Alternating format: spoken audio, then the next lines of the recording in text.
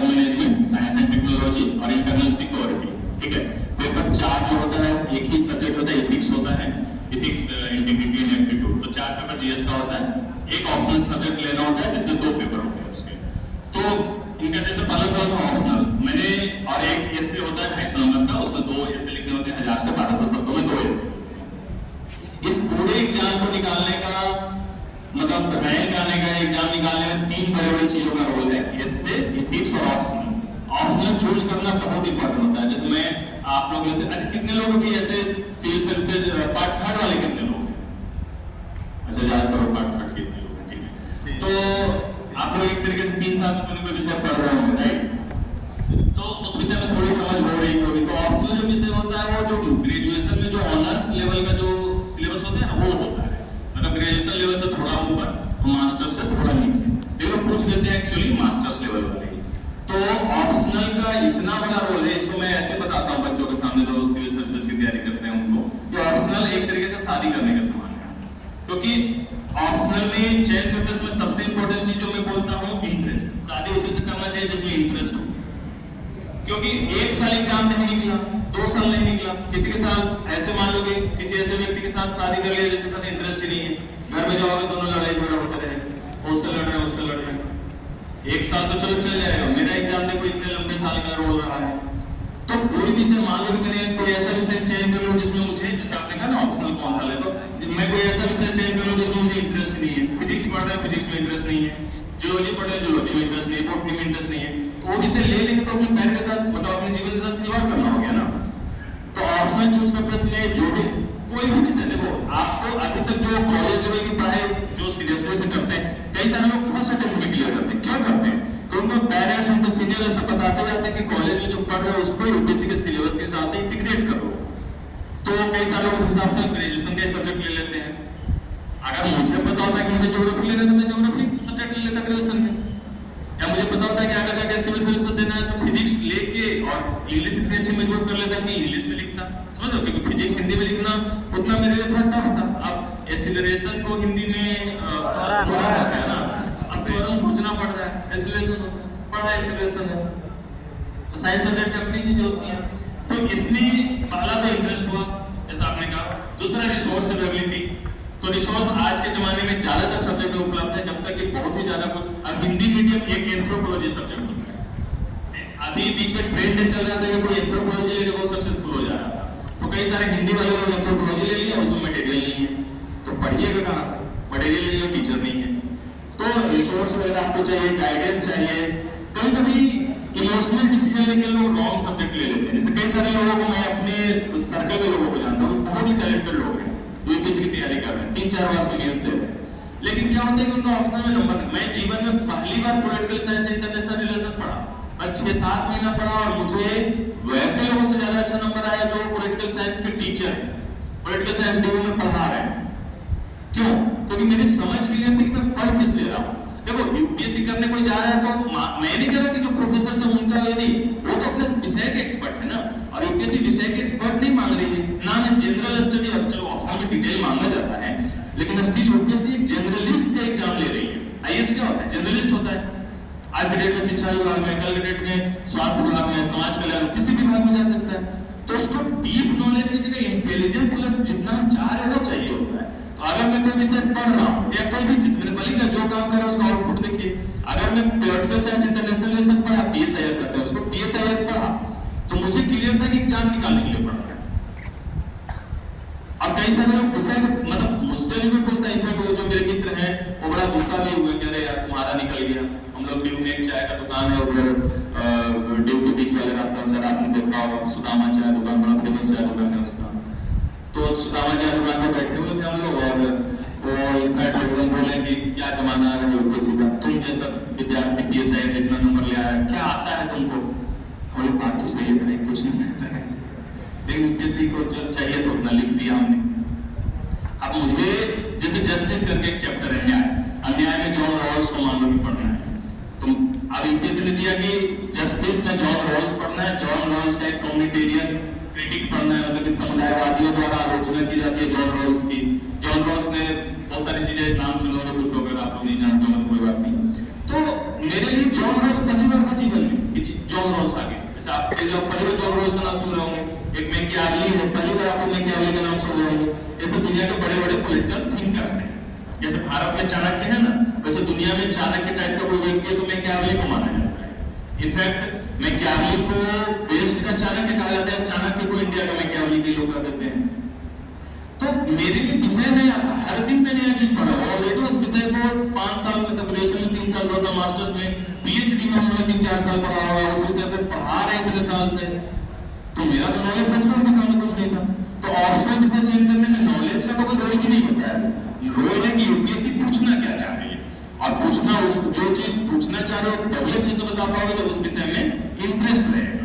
तो पहला चीज क्लियर हो गया आपको कि ऑप्शनल विषय चेंज करना चाहिए, इंटरेस्ट हो। कोई जरूरी नहीं है कि आपको ग्रेजुएशन का सब्जेक्ट हो, पीजी का सब्जेक्ट हो, उससे मत जाइए। इंटरेस्ट हो, अगर इंटरेस्ट नहीं है सब्जेक्ट बदल लीजिए, एग्जाम निकाल। अगर सिविल सर्विस देना है तो मैंने कहा फिजिक्स बदल दो, मेरे सर मुझे डांटने के बाद सबको कहा दिया फिजिक्स बदल दो, ठीक है। तो ऐसे करके था ऑप्शनल का, ठीक है। बाकी और चीजें मैं ले रहा हूँ आपका सवाल। दूसरा मीडियम का, मीडियम में मैंने चर्चा कर दी है कि medium is just a tool to express my knowledge to yourself. मैं इंग्लिश में अपनी बात आपको पहुंचा रहा हूँ या हिंदी में पहुंचा रहा हूँ, तमिल, तेलुगु, कन्नड़, जिसमें भी पहुंचा रहा हूँ, अगर मैं अपने ज्ञान को आप तक पहुंचा पाने में सफल हो रहा हूं तो वही काम जस्ट मीडियम का। मीडियम से ना तो नंबर कटता है ना नंबर आता है। और यूपीएससी की जो लोग कॉपी चेक करते हैं बहुत ही अनबायस्ड और कॉम्पिटेंट लोग होते हैं, वो नंबर से ऐसे नहीं काटते। लेकिन अगर कुछ ऐसा लिखते हैं जो उनको समझ में नहीं आए, जैसे मुझे ज्योग्राफी में मुझे लगता है कि कम नंबर आने का रीजन एक ही था, बहुत ज्यादा हिंदी लिख देता था। अब मैं गोखुर भी लिख रहा हूँ, और एक चीज यकीन मानो कि ज्यादातर प्रोफेसर इंग्लिश का ही होते हैं जो चेक करते हैं। अब गोखुर भी लिख रहा हुआ पड़े हैं ऑक्सफोर्ड, और मैं लिख रहा हूँ गोखुर जी, अब उनको समझ में नहीं आ रहा है। मैं लिख रहा हूँ राष्ट्रीय साइबर सुरक्षा समन्वयक और बड़े नेशनल साइबर सिक्योरिटी कोऑर्डिनेटर। तो थोड़ा सा तो विषय के अंदर हो जाता है, किस विषय को किस लैंग्वेज में लिख रहे हैं। सुना है ना, एंथ्रोपोलॉजी हिंदी में ले लेगा तो अपने पैर पर कुल्हाड़ी मारना होगा। तो मीडियम का अभी तक है जब अपनी बात को एक्सप्रेस करते हो, जितने भी बड़े बड़े सब्जेक्ट्स हैं, देखो साइंस को हिंदी में लिख ले, मैं उसको दूर से एकदम मतलब साष्टांग दंडवत कर लूंगा, क्योंकि ऐसा हमारा एक गलती, ऐसा नहीं कि साइंस हिंदी में नहीं लिखा जा सकता वो, लेकिन हम लोग कुछ कर नहीं सकते। पूरा एक ग्राउंड लेवल से बदलना पड़ेगा सिस्टम को, नेटिव लैंग्वेज में पढ़ाने का। अब पढ़ते हैं पूरा इंग्लिश में, उसको हिंदी में कैसे लिख देगा आदमी? तो साइंस तो दोस्त हिंदी में सक्सेसफुल नहीं हो पाएगा। लेकिन आर्ट्स वाला सब्जेक्ट हिंदी इंग्लिश दोनों में चल सकते हैं। जो बड़े बड़े सब्जेक्ट इतिहास ले लो, भूगोल ले लो, है ना, मेरा वाला subject political science, international relations ले लो, हिंदी लिटरेचर ले लो, कोई भी चल जाएगा। मीडियम में अपना रोल है नहीं, राइट? हाँ बताइए। और सबसे पहले तो कांग्रेचुलेशन सर। सर मेरा 2 प्रश्न है। पहला प्रश्न है सर, इतने बड़े सिलेबस है, सिलेबस तो कवर आपका आगे लिखते हैं। आप लोग एकदम सवाल पूछते रहिए, जब तक चलेगा चलेगा, मैं अवेलेबल हूँ आपके लिए सवाल का आंसर।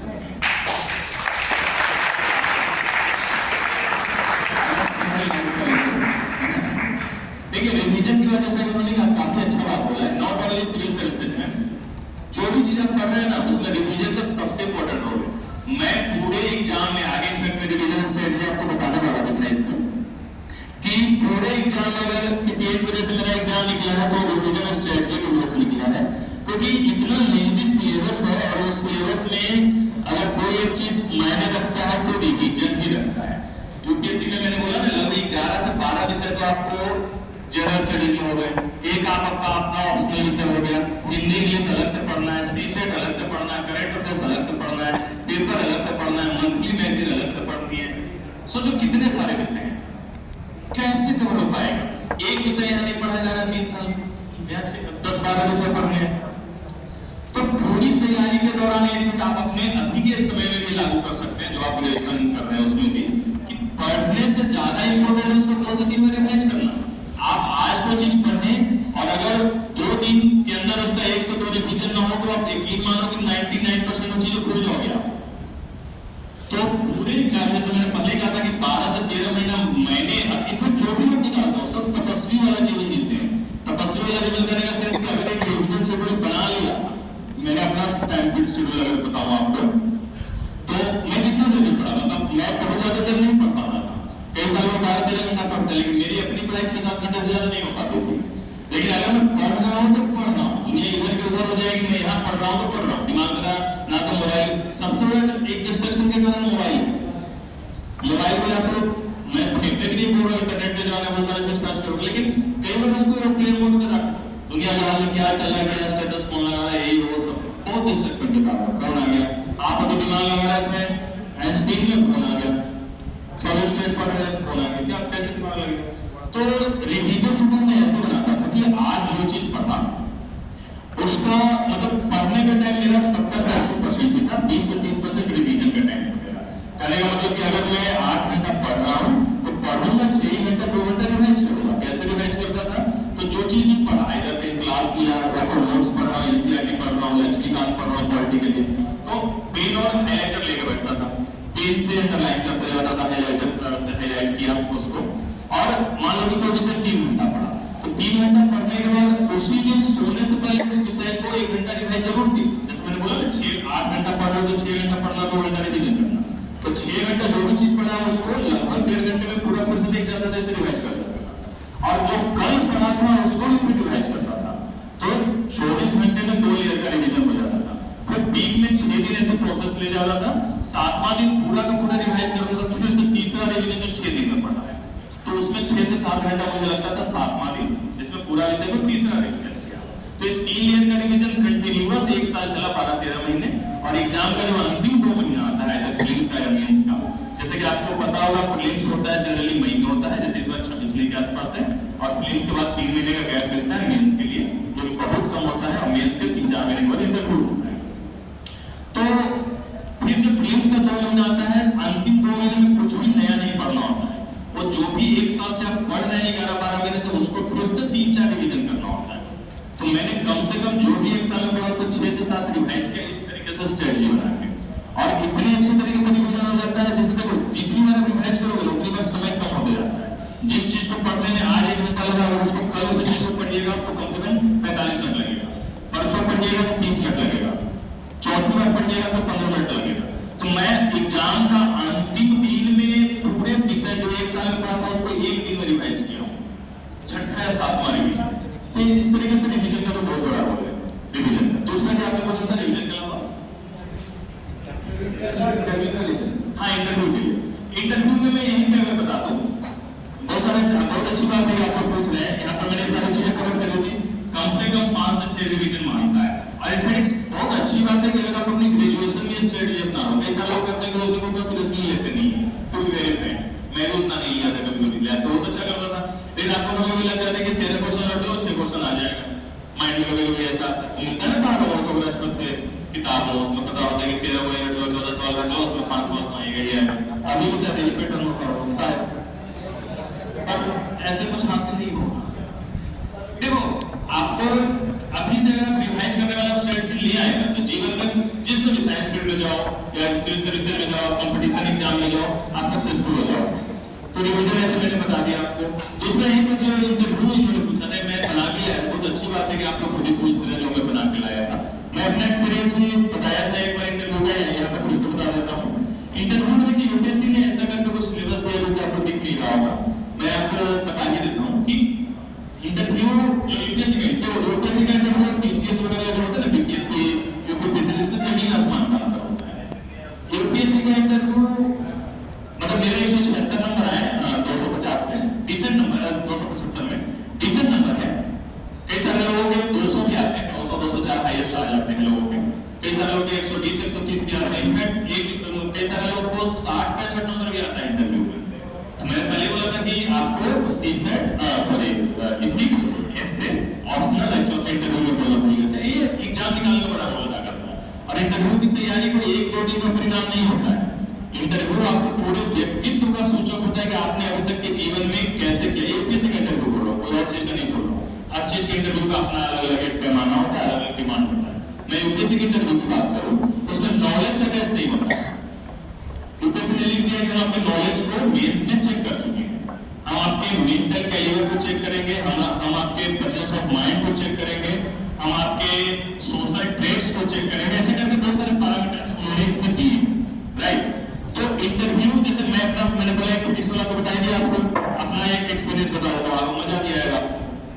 क्या हुआ था कि एक तो फिजिक्स वाले मैंने आंसर देना बंद कर दिया, नहीं यार सॉरी सर वाले मोड में था, तो बात चर्चा करते हैं कि कोई बात है, जब फिजिक्स आता नहीं कुछ और पूछते हैं, तो उन्होंने मेरे इंटरेस्ट उसमें एक इसमें लिखा हुआ होता है डेप्थ ऑफ इंटरेस्ट, यहाँ पे लिखा है ना डेप्थ ऑफ इंटरेस्ट। तो बहुत सारी चीजें जो लिखी है उसी से पूछता है। इंटरेस्ट का भले ही भरा होता है, एप्लीकेशन फॉर्म डेप्थ लगते हैं उसको, डेप्थ अपना इंटरेस्ट आपको खुद से भरना होता है। तो डेप्थ में मैंने भरा था 4 इंटरेस्ट, मैंने आपको बताया था travelling new places, watching sunset, browsing Google map and Google Earth during free time, और चौथा था ट्रैवलिंग और डॉक्यूमेंट्रीज और वीडियोज को देखना। तो उन्होंने फिर पूछा कि अच्छा तुम इतना ट्रैवल गाइडलाइन डॉक्यूमेंट्रीज या वीडियो देखते हो, क्यों देखते हो, क्यों प्रोडक्ट चीता के नाम पर इतने पैसे खर्च कर रहे हैं, हम लोग इंसान जो तो बचा नहीं पा रहे हैं, चीता को बचाने के पीछे पैसे बर्बाद कर रहे हैं, आपको नहीं होता पैसे बर्बाद किए। तो फिर मैंने उनको समझाया कि नहीं, सिर्फ इंसानों के लिए धरती नहीं है, धरती पे जितने जीव जंतु है सबका अपना अपना आयाम है, अपना अपना जीवन है। इंसान तो धरती पर बोझ है एक तरीके से, इतनी आबादी हम लोग बढ़ा ली है, जंगल काट दी, जंगल जानवरों के लिए भी तो था, तो हर लोगों के लिए धरती है, हमारे लिए थोड़ी कि हम पे कुछ करते से सकते हैं। बोले नहीं, ऐसे बड़ी बड़ी बातें आप कर रहे हो, ये बताओ कि जानवर क्यों बचाए, छोड़ो ना, खत्म कर देते हैं जंगल में जानवर वालों को। खैर ऐसे समझाया उनको, इसी बातों को डायनासोर की बात आ रही थी, तो उन्होंने ऐसे सवाल तो आपको लगेगा कि क्या पूछ रहे हैं सब, सच में ऐसा हुआ था और क्यों हुआ था कि तुम्हें फिजिक्स का आंसर देना बंद कर दिया था। अगर मुझे फिजिक्स अच्छे से आता तो फिजिक्स में ही सवाल हो जाता उनका, फिजिक्स बन गया तो कुछ भी पूछने लग गया और मेरा प्रेजेंस ऑफ माइंड देखना चाहता था उसमें। तो उसके बाद फिर उन्होंने उसमें फिर पूछा कि चलो जीवन का मतलब क्या है तुम्हारे लिए, हम लोग अभी तो फिजिक्स पूछ रहे थे, फिर उसको पूछने लगे जीवन का क्या मतलब।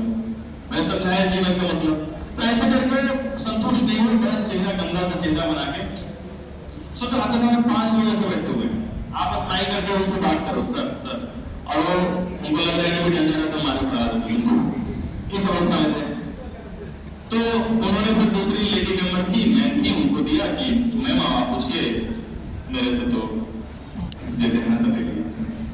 मैम ने पूछा सवाल, मैम का इतना लंबा सवाल था और इसमें लिखा हुआ सोशल ट्रेट्स कि कैसे आप बर्ताव करते हो, कैसे बिहेव करते हो अपने सीनियर्स के प्रति, ये सब भी चेक होता है कभी कभी। अब वो सवाल पूछना चालू करती थी और एक मिनट तक वो पूछते जाते थे, तो जहाँ से पूछना स्टार्ट करती थी जहाँ खत्म करती थी तो डिफरेंट सवाल हो जाते थे।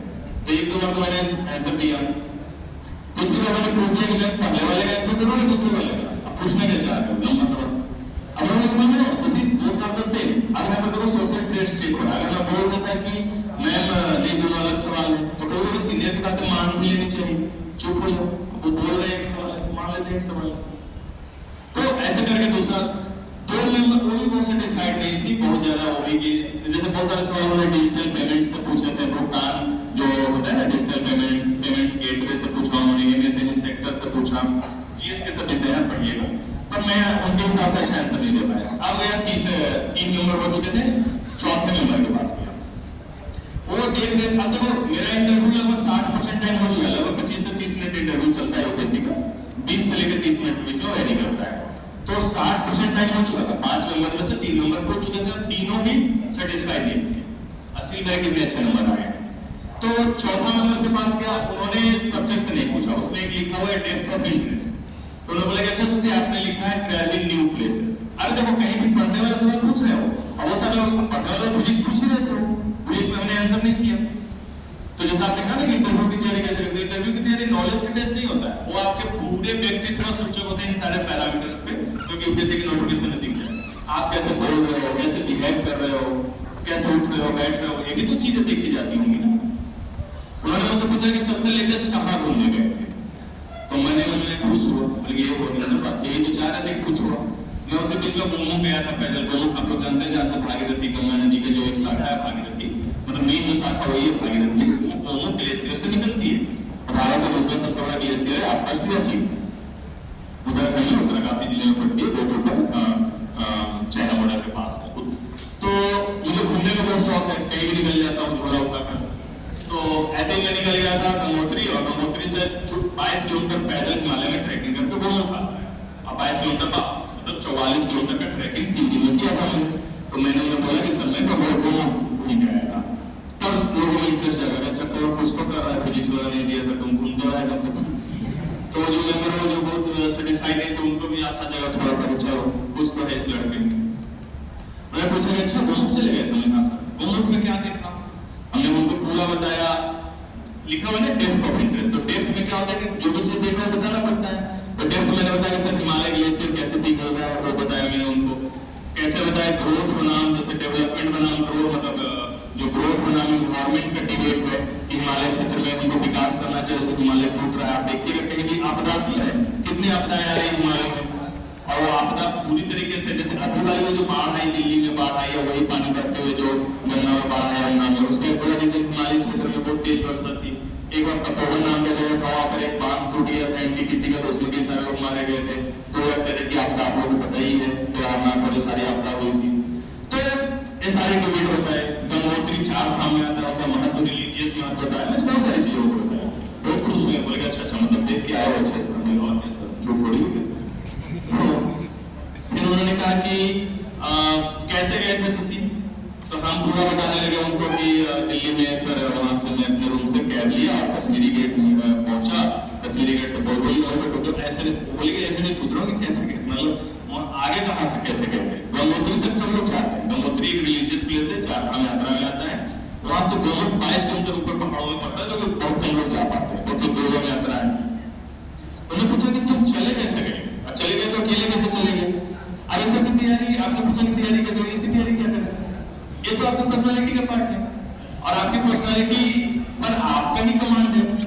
पर्सनालिटी के साथ ही साथ यहाँ पर बहुत सारी चीजें और लिखी हुई है, डिग्री ऑफ ऑर्गेनाइजमेंट लिखा हुआ है, नॉलेज, करंट अफेयर्स की नॉलेज। तो करंट अफेयर्स तैयार करना पड़ता है, अपने जीवन में आप क्या किए हो तैयार करना पड़ता है ना।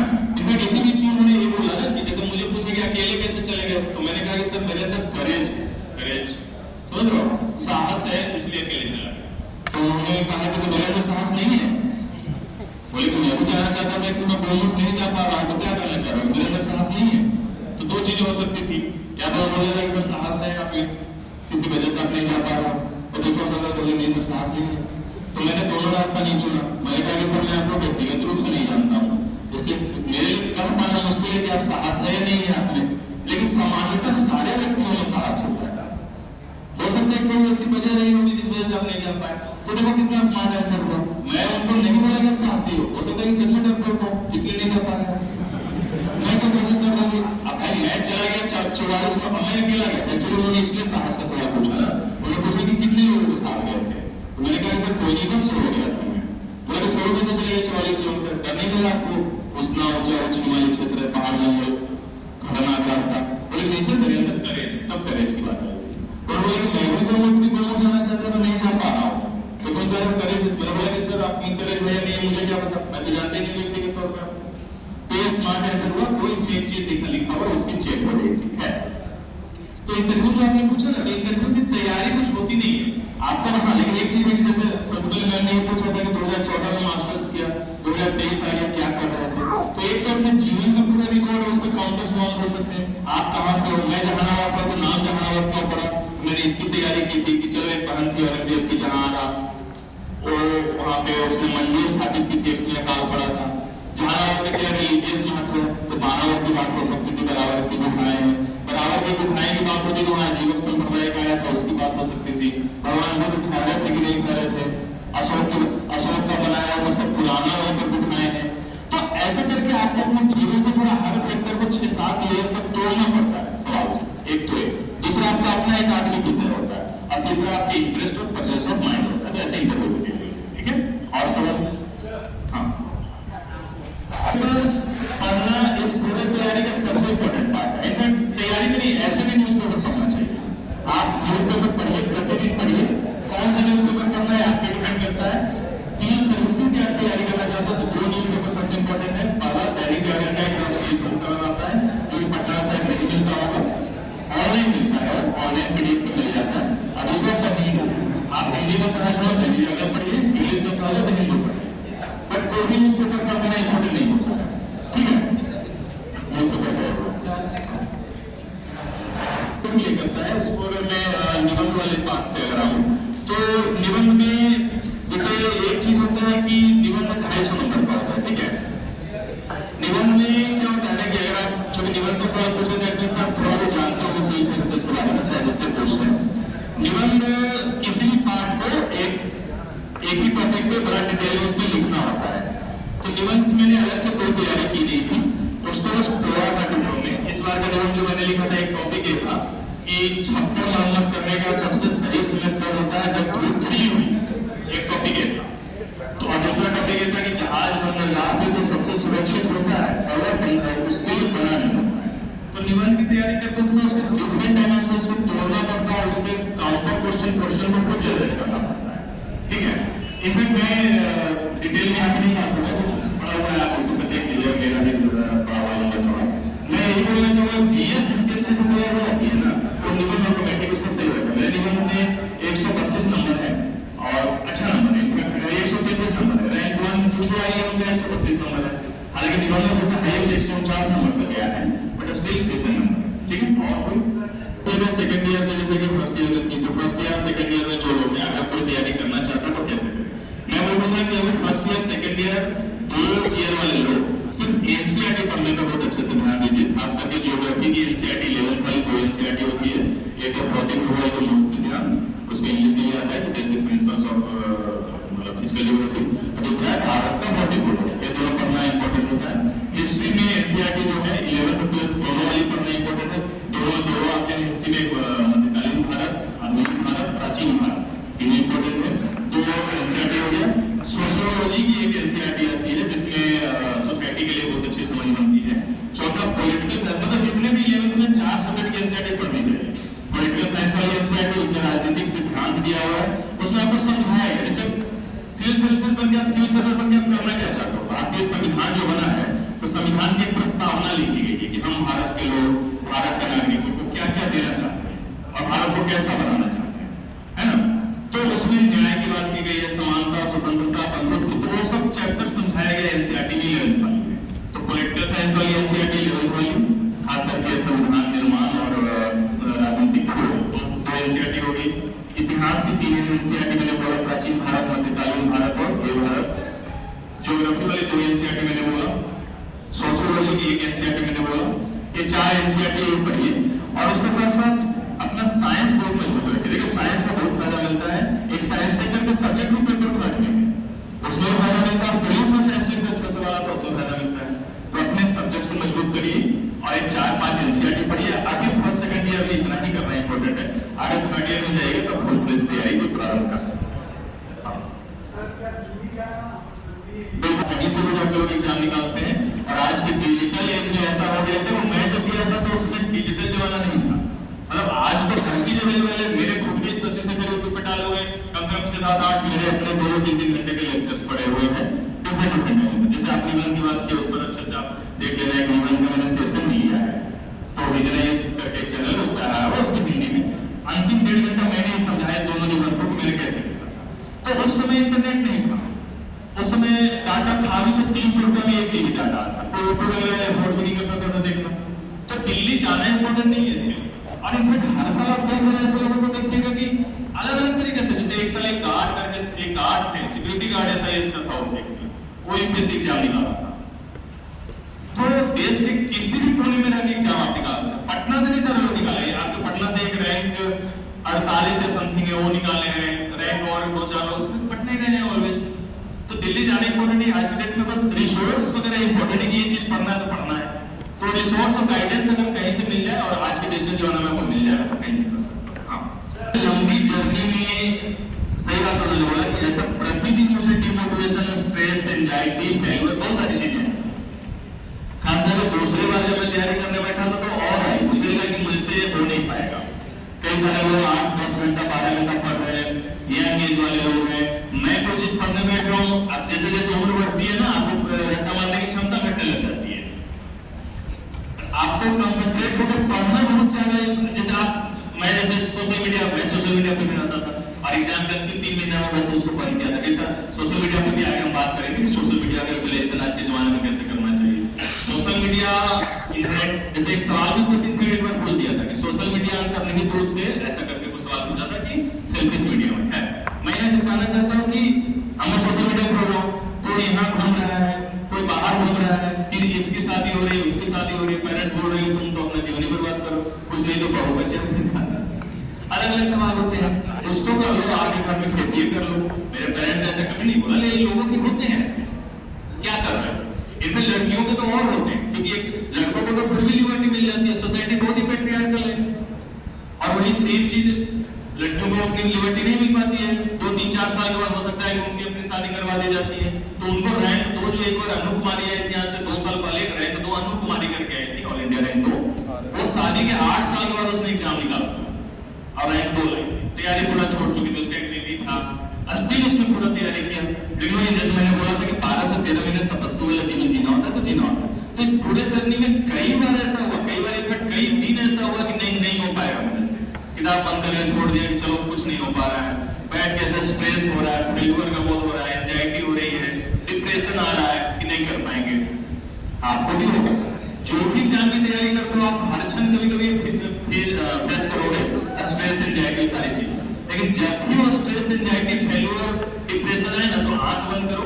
आगे इनफैक्ट मैं इस पर आने वाला था कि एक इंपॉर्टेंट कैंडिडेट को क्या करना चाहिए।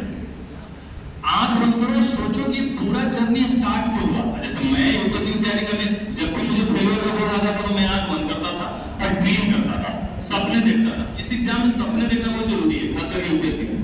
इतनी लंबी जर्नी है, अनप्रेडिक्टेबल जर्नी है, कई लोग सक्सेसफुल नहीं हो पाते हैं, कई लोग हो जाते हैं 2 साल में, कई लोग मेरे जैसे 8-9 साल की जर्नी हो जाती है।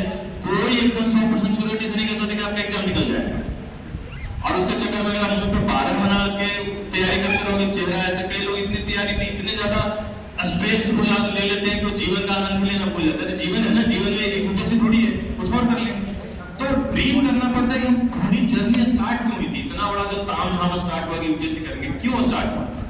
भले पड़ोसी को जो परेशान कर रहा है उसको सही करना हो, या पूरा साफ नहीं हो रहा साथ को ऑब्जर्व किया उसको साफ करना हो, या कई बार क्या होता है कि एक दूसरे को लोग छोड़ छाड़ के कोई भाग जाता है, वो करना।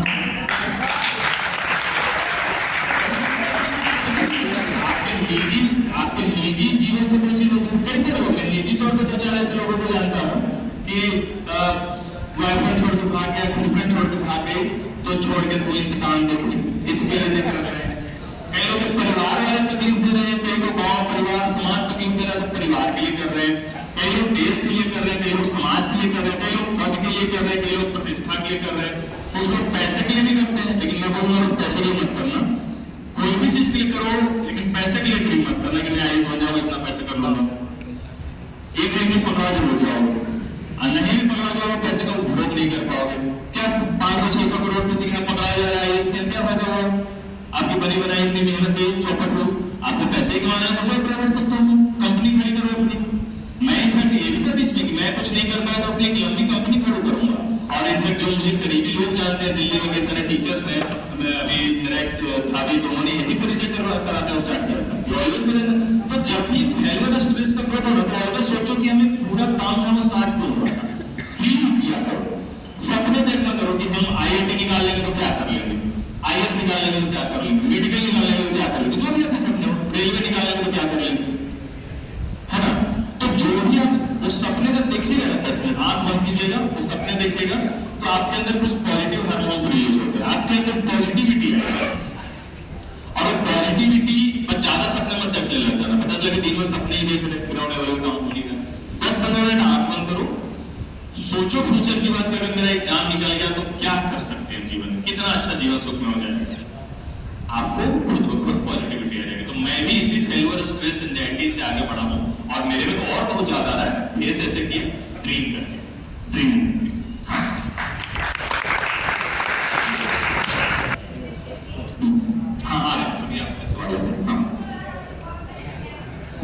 किसी भी एग्जाम में तो कारगर होता है कि सिलेबस और उसके प्रीवियस ईयर क्वेश्चंस पर लोग उतना ज्यादा ध्यान नहीं देते। कोई भी एग्जाम आपको क्या देता है, जैसे आप आईआईटी की तैयारी कर रहे हो तो आईआईटी आपको क्या देगी नोटिफिकेशन, एक तो सिलेबस देगी कि ये सब पढ़ना है, और एक प्रीवियस ईयर क्वेश्चन बैंक रहेंगे। तो कभी कभी लोग लंबे समय तक तैयारी करते हैं, कुछ बुनियादी चीजों को नहीं देखते। जैसे आप लोग में से कई लोग मान लो तो कोई जैन की तैयारी कर रहे हैं, तो जैन की सिलेबस तो देखो कि क्या है। कई लोग मतलब चलो समझ आता सिलेबस नहीं, लेकिन सिलेबस है तो कई सारे ऐसे लोग हैं जो इंक्लूडिंग भी 3-4 साल पढ़ लिए और सिलेबस नहीं देखा। तो अगले बार मुझे इतना ध्यान हो गया था कि जैसे मैं बोलूं कि इकोनॉमिक्स वाला जो सिलेबस है उसका 10वां पॉइंट लिखा हुआ इन्वेस्टमेंट मॉडल, तो मेरा सिलेबस इतने अच्छे से रखा हो गया तो ऊपर तो सबसे ऊपर लिखा हुआ इन्वेस्टमेंट मॉडल। तो सिलेबस की समझ बनाना किसी भी एग्जाम के लिए बहुत इंपॉर्टेंट होता है, क्योंकि उसी से वो जो एक संस्था है वो सिलेबस की तरह क्या होता है कि ये चीज पढ़ना है, पहला चीज सिलेबस, तो मेरी गलती रही, सिलेबस बहुत अच्छे से काम नहीं किया था। दूसरा प्रीवियस ईयर क्वेश्चन पेपर को अच्छे से एनालाइज नहीं किया था कि कैसे प्रीवियस ईयर क्वेश्चन को अच्छे से अपने तैयारी में इंक्लूड करना है। तीसरा एक चीज हुआ ना कि वो जो डेविएशन, जैसे मैं अपना डेविएशन का स्रोत यही तो बात करूं, सोशल मीडिया, ये मेरा अपना बहुत बड़ा डेविएशन का स्रोत रहा सोशल मीडिया। एक समय में ऐसा था कि जैसे फेसबुक है, इंस्टाग्राम का दौर आया, कहीं का दौर आया, अब इंस्टाग्राम पर कोई रील्स दिखने लग गया तो ऐसे उंगली चलने लग गया तो चलते रह जाता है, कैसे 1.5-2 घंटा बीत गया पता नहीं चलता है। तो ऐसे हाँ ज्यादा तेज आवाज हो रही है तो हाँ, तो उसमें फिर ये रहा कि सोशल मीडिया को अगर आप अच्छे से यूटिलाइज नहीं कीजिएगा तो आपके जीवन में बहुत लंबा समय तक कोई भी तैयारी चला जाएगा। और आज के दौर में सोशल मीडिया मेरे की सहायता से ज्यादा आपके लिए नुकसानदेह हो गया है। तो अपने सोशल मीडिया पे काम कम कीजिए। और जैसे मैंने इसको काम अगर रुक नहीं पा रहा है, उसके बिना नहीं अनइंस्टॉल कर पा रहा सोशल मीडिया को, तो एक कर सकते हो कि उसको यूटिलाइज करो। जैसे मैं अगर यूपीएससी के दे रहा था तो मैंने ministry of environment forest climate change के जो सोशल मीडिया हैंडल्स है उसको सब्सक्राइब कर लिया, माई गॉव करके होता है अपना गवर्नमेंट का उसको कर लिया, नीति आयोग कर लिया। तो इसी प्रकार सोशल मीडिया कैसे बेहतर यूज किया। मेरी अपनी ये सारी गलतियां रहती। समय ज्यादा हो रहा है तो फिर थोड़ा बाइंड अप करेंगे, एक दो सवाल और लेते हैं बस। एक तरफ मैंने बोला था होता है एंजाइटी स्ट्रेस, आप किसी के सामने में इनफैक्ट कई बार हो सकता है कि आप अपने पहली बार किसी टीचर के सामने जा रहे हो तो थोड़ा एंजाइटी स्ट्रेस आ जाती है, नेचुरल, ठीक है। जो आपने एसएसबी की बात की ना, मैंने तो 5 बार एसएसबी इंटरव्यू दिया है, सर्विसेज सिलेक्शन बोर्ड वाला जो सीडीएस के थ्रू होता है। तो उसमें क्या होता है कि वो दूसरे तरीके का एक्चुअली इंटरव्यू होता है। अगर यूपीएससी करें तो यूपीएससी का जो इंटरव्यू होता है ना, जैसे मेरा अपना फ्लैटमेट भी मेरे साथ ही मेरे ही बोर्ड में उसका इंटरव्यू था और किस्मत से जस्ट मेरे बाकी था, दोनों को वही के साथ इंटरव्यू दिए हैं। किसी कारण से उसका नहीं हो पाया लेकिन हो जाएगा 1-2 साल में, है। तो वो मुझे बता रहा था जो आप बोल रहे हो ना, वो जैसे उस बोर्ड पे गए, जैसे 15 मिनट जो मुझसे फिजिक्स वाला सवाल पूछ रहे थे, हम चर्चा करके जैसे मैंने बताया कुछ नहीं आता है, वो बेचारा डिमोटिवेट हो गया। क्योंकि कई बार आपको वो स्ट्रेस आ जाता है, 5 लोग ऐसे घूर के देख रहे हैं और ऐसे आंख बना रहा है, ऐसा लग रहा है इसको कुछ आता नहीं है, तो उनका प्रेशराइज करने का तरीका होता है। बट यूपीएससी का जो ज्यादातर इंटरव्यू होता है उसमें आपको थोड़ा में चाहते हैं कि कम से कम इसको मतलब नॉर्मल करते हैं। अगर आप बहुत घबराए रहोगे तो आपसे पूछेंगे कि आप ज्यादा घबराए हो, पानी पियो। उन लोग चाय समस्याओं के सामने चलते रहते हैं, कभी पूछ भी लेते हैं, बोलेंगे बोल नहीं देना चाहिए खा लो, वो बोल देते हैं समोसा खाओगे। अब आज तक मुझे कोई ऐसा नहीं मिला जो खा के आएगा वहां से, मना नहीं करता है, पहले से खा लोगे तो रिलैक्स फील करवाते हैं यूपीएससी वाले, लेकिन कई सारे और इंटरव्यू में आपको रिलैक्स नहीं फील करवाते हैं, इंक्लूडिंग जैसा कि एसएससी आपने बोला या कई सारे और बीसीएस वगैरह का इंटरव्यू होता है। मैंने जितना देखा सुना है, यूपीएससी देश की सबसे बड़ी बॉडी है ना, जो देश के सबसे एलीट क्लास में ले रही है, तो कभी भी आपको डिमोटिवेट फील नहीं करवाती है। वो आपको प्रेशर दे सकती है लेकिन उस प्रेशर में उसका एक मकसद छुपा होता है।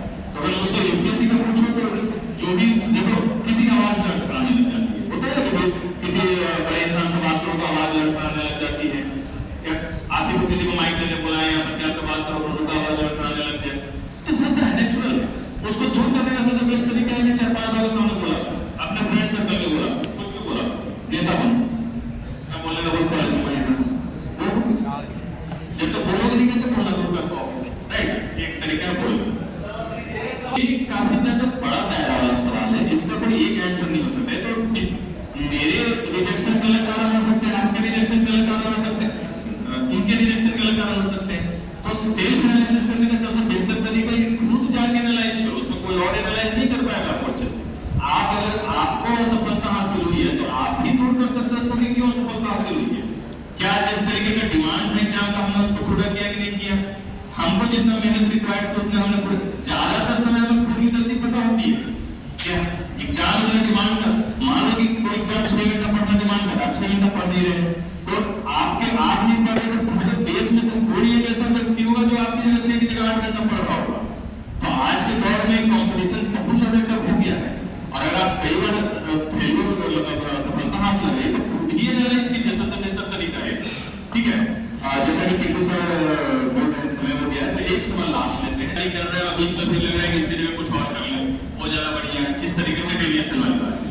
देखो एक चीज आपको क्लियर रखना चाहिए, जैसे कि ऑप्शनल या कई चीज को मैं आगे बात कर रहा था कि कभी-कभी जीवन में निर्णय लेने पड़ते हैं कि अगर मुझे जैसे मैं उसमें गया 12th का एमएससी का तैयारी करने, दो ऑप्शन थे मेरे पास, या तो एमएससी में पीएचडी कर लेता, या जब मैं तो निर्णय मैंने लिया कि तैयारी करना है। तो एक बार अगर निर्णय ले लो ना, अगर एक बार युद्ध भूमि में चल दिए तो चल दिए, वापस लौटने का कोई रास्ता नहीं है, समझ रहे हो? तो कोई भी निर्णय खराब नहीं होता है, निर्णय उसके इम्प्लीमेंटेशन पे डिपेंड करता है। और आप जीवन में जो भी निर्णय लीजिएगा आप सही रहेगा ना। जीवन में तमाम दायरे खुले होते हैं, प्रोबेबिलिटी बहुत चीजों की है। अगर मैं फिजिक्स में चला जाता कुछ और होता, अब मैं तैयारी करने गया कुछ और, है ना? तो आपको मैं ये कहना चाहूंगा अंतिम तौर पे किसी आप सभी को कि निर्णय ले लिया तो ले लिया, युद्ध लड़ने चल दिए तो चल दिए, वापस लौटने का कोई तरीका नहीं, रास्ता नहीं। तो जो भी चीज लीजिए भटकाव मत रखिए। एक बार चयन करते समय भटकाव रख सकते हैं कि ऑप्शनल ले या ना ले, इस एग्जाम की तैयारी करें या ना करें, तो अपने सीनियर्स की, मेंटर्स की, टीचर्स की राय लिया कीजिए, 4-5 लोगों से बात किया कीजिए और एक निर्णय ले लीजिए कि चलो यही करना है। और एक बार निर्णय ले लिए तो जी जान लगा के उसको इम्प्लीमेंट सक्सेसफुल तरीके से करने पर ध्यान देना चाहिए, ठीक है? बात की ना आपने उससे, आप उससे ग्रेजुएशन वगैरह कर रहे हैं, तो आप उसमें काम कीजिए कि पॉलिटिकल थ्योरी और थिंकर पर कमांड स्थापित कीजिए। थ्योरी की बात, थिंकर्स की बात करें तो उसमें इंडियन थिंकर है, वेस्टर्न थिंकर है। वेस्टर्न में आप जितने भी अरस्तु, प्लेटो से लेकर मैकियावेली, ग्राम्सी, अन्ना अरेंज, सिलेबस में, तो अभी आप पूरे जब आपका ग्रेजुएशन चल रहा है, पूरे ग्रेजुएशन में काम कीजिए कि पॉलिटिकल थ्योरी और थिंकर पे बहुत अच्छे से कमांड कीजिए। आगे की बात आगे हो जाएगी। बट मैं एक टेलीग्राम चैनल में मैं बता दूंगा, 20,000 के लिए बहुत सारी चीजें उसमें प्लान कर रहा हूँ, तो आप ज्वाइन करेंगे, कुछ आपको लगेगा तो हेल्प उसमें कुछ नोट्स वगैरह का चीजें मिल जाएंगी, राइट? बट अभी तो हम थ्योरी थिंकर पे कमांड करो, ठीक है सर? उसको आप जो करना चाहते हैं उसको इनफैक्ट मैंने यहाँ पर आपको ये रखा भी था कि जो भी करना चाहते हैं उसको आपके लिए कहूँगा कि डिसिप्लिन रखिए अपने लाइफ में। अगर डिसिप्लिन नहीं है आपके लाइफ में, एग्जाम नहीं निकलेगा, कोई भी एग्जाम आप देना चाहते हो, जिस साल डिसिप्लिन आएगा उसके अगले साल आपका एग्जाम निकल जाएगा। IIT का हो, मेडिकल का हो, IAS का एग्जाम हो, रेलवे हो, बैंकिंग हो, ठीक है? कोई भी एग्जाम निकलेगा जब आपके जीवन में डिसिप्लिन आएगा। अगर आपके जीवन में डिसिप्लिन नहीं है, जीवन ऐसे लंबे समय तक बीतते जाएगा। तो डिसिप्लिन रखिए, ड्रीम किया कीजिए कि किस वजह से हम क्या कर रहे हैं कोई भी चीज, और डिलीजेंस का मतलब होता है कि लगन पूर्वक उस चीज को करिए। अगर कई बार होता है कि हम बस ड्रीम करते रह जाते हैं, डिसिप्लिन भी रख रहे हैं लेकिन उसमें लगन नहीं है।